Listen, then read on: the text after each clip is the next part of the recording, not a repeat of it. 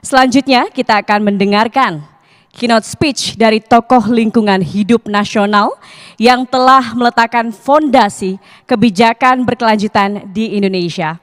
Dengan hormat kami mengundang Profesor Emil Salim untuk naik ke atas panggung dan menyampaikan keynote speech. Kepada Profesor Emil Salim, kami persilakan.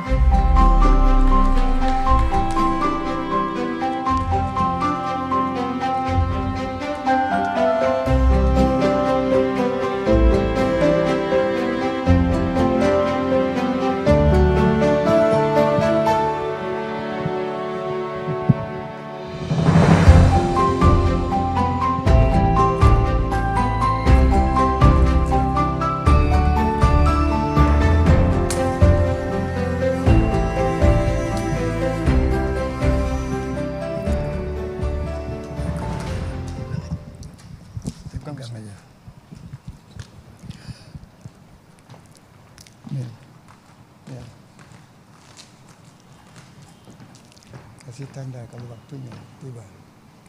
Assalamualaikum warahmatullahi wabarakatuh. Saudara hadirin yang saya hormati semua, terima kasih atas kesempatan yang diberikan, yang perlu kita manfaatkan untuk membahas masalah pokok yang berkaitan dengan alam lingkungan yang menyangkut keberlangsungan kehidupan bangsa dan tanah air kita. Kita berada di khatulistiwa. Indonesia dikaruniai alam tropis dengan musim hujan dan musim kemarau. Kita dianugerahi alam yang subur, hutan tropis yang kaya. Indonesia dari sudut alam, kekayaan hewan, binatang, sumber daya alam tergolong dalam negara yang terlangka di dunia bersama dengan Brazil. Tetapi masyarakatnya miskin.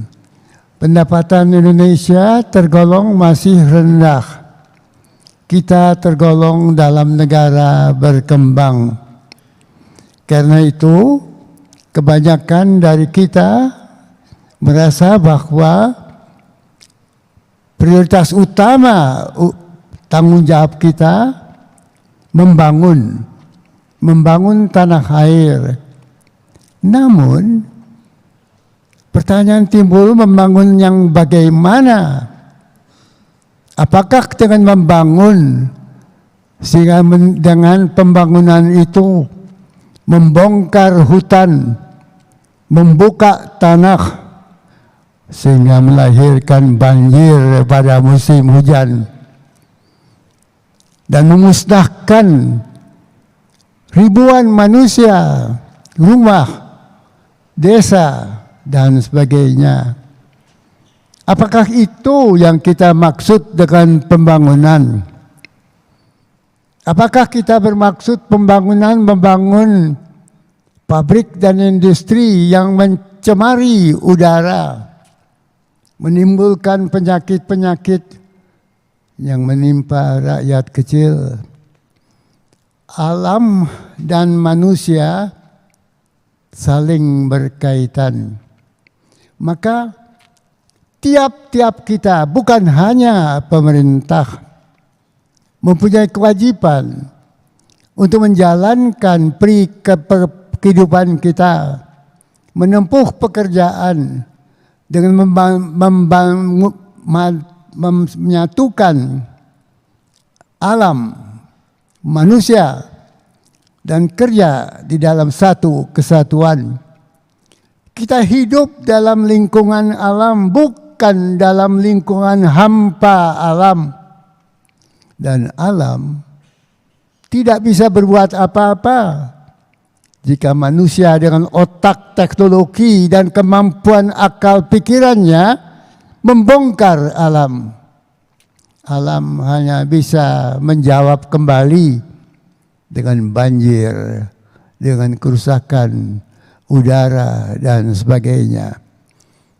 Maka lahir pekik perjuangan membangun tanpa merusak, membangun dengan wawasan lingkungan. Sudah berkembang, sudah teriakkan puluhan tahun. Tetapi apakah betapa sulitnya menegakkan pembangunan berwawasan lingkungan. Tiap-tiap orang yang berjuang untuk lingkungan bukan orang yang bisa menjadi kaya, tetapi orang yang membongkar alam melalui pertambangan, industri, dan sebagainya bisa menjadi orang-orang yang maju kaya di atas tumbukan kehancuran alam. Maka dalam hati kecil kita bertanya, kita manusia ini yang punya akal, otak, pikiran, ketika menghadapi pekerjaan pembangunan mencari nafkah kehidupan, bukankah kita dengan otak, akal, pikiran, hati nurani memanfaatkan alam tanpa merusak, agar kerja yang kita lakukan tidak menimbulkan banjir, menghancurkan anggota masyarakat lainnya? Bagaimana membangun tanpa merusak? Bagaimana membangun lingkungan hidup yang segar, udara bersih, air mengalir, dan sebagainya? Bukan karena perintah dari pemerintah, bukan karena ada peraturan-peraturan, tapi hati nurani kita mendorong. Tanah airku, tanah tumpah darahku. Disinilah aku berdiri menjadi pandu ibuku. Mana rakyat, penduduk, pemimpin yang mendasarkan dirinya menjadi pandu ibuku? Maka pertemuan-pertemuan seperti ini, pesan-pesan yang dapat dikembangkan, dicurahkan oleh para cendekiawan, apapun pekerjaannya, di pemerintah, di swasta, di masyarakat, tiap kita berkewajiban untuk membangun tanah air kita dengan menjaga kelestarian alam.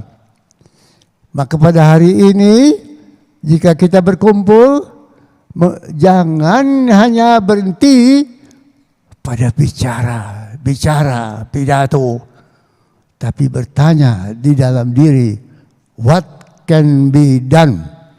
Apa yang kita perbuat? Tanah airku, tanah tumpah darahku, di mana aku berdiri, menjadi pandu ibuku, menjadi pandu alam, kekayaan tanah airku. Ya Allah, semoga ini menjadi pedoman bagi kita semua, bukan hanya pemerintah, tapi kita rakyat kecil, pemimpin, dan sebagainya. Dengan doa itulah saya harap kita bertemu, dan kalau kita pulang kembali ke rumah masing-masing, kita bertanya, apa yang bisa kita berbuatkah untuk tanah air Ibu Pertiwi. Terima kasih.